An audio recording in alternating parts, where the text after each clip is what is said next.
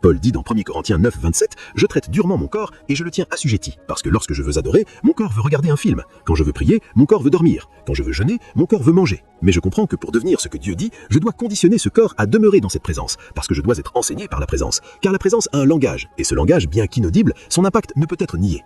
Quand tu demeures dans la présence de Dieu, un point vient comme les radiations, où la présence de Dieu commence à altérer même ta structure moléculaire. Et un point viendra où tu peux discerner la voix de Dieu, tu peux percevoir sa présence, et tu verras que certaines dimensions en toi qui étaient dormantes commencent à être activées. Ce sont ces choses que la Bible appelle tes ailes dans l'esprit, les choses qui te font t'élever de ton propre monde dans le monde de Dieu. Tu commences à fonctionner non plus par l'énergie de la chair, mais par les capacités de l'esprit. C'est pourquoi il est dit, ceux qui espèrent dans l'Éternel renouvellent leur force. Ils s'élèvent avec des ailes comme les aigles, ils courent et ne se lassent pas, ils marchent et ne se fatiguent pas.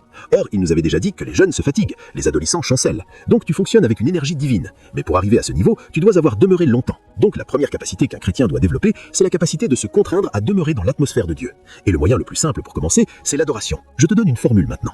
Tu sais pourquoi? Parce que dans l'adoration, tu profites de la force que d'autres ont accumulée. Quand quelqu'un adore, il adore depuis une profondeur. Quand tu entres dans cet espace sonore, ce qui s'est passé, c'est que cette personne t'a transmis sa force comme un avantage. C'est comme quelqu'un qui te donne une échelle pour grimper un bâtiment, ou quelqu'un qui est en haut et qui te tire vers le haut. Ce n'est pas ton propre effort, c'est lui qui t'amène dans ce royaume. C'est ça que fait l'adoration. Le gars a jeûné, il a prié et il a capté un chant dans l'esprit. Et ce chant est devenu une échelle. Et toi maintenant, certains d'entre vous, vous venez de finir de vous disputer avec votre mari et en allant sous la douche, vous entendez « j'ai besoin de toi chaque heure » et vous commencez à pleurer. Vous commencez à dire « Seigneur, je t'aime ». Ton espace était en conflit, mais une autre atmosphère est entrée dans ton espace et t'a capturé. Tu ne sais même pas à quel moment tu es passé de l'animosité et de la colère à la brisure et aux larmes. C'est parce que tu es en train de puiser dans l'énergie de quelqu'un d'autre. C'est la manière la plus simple de commencer le voyage de l'entraînement spirituel. Alors, passe du temps dans l'adoration. Si tu ouvres mon téléphone maintenant, tu verras différentes playlists. Il y en a que j'appelle H, il y a la presse, il y a d'autres que j'appelle royaume flottant, d'autres encore transition. Ça dépend de l'ambiance. Je sélectionne la musique qui transporte ces dimensions et je les aligne. Donc je passe d'une dimension à l'autre, d'un niveau à un autre. Il y a des moments où je suis juste avec mes écouteurs, les yeux fermés. Je suis en train de flotter avec des gens et qui ont ouvert les portails de l'esprit et ils me transportent, ils me portent, ils me font monter.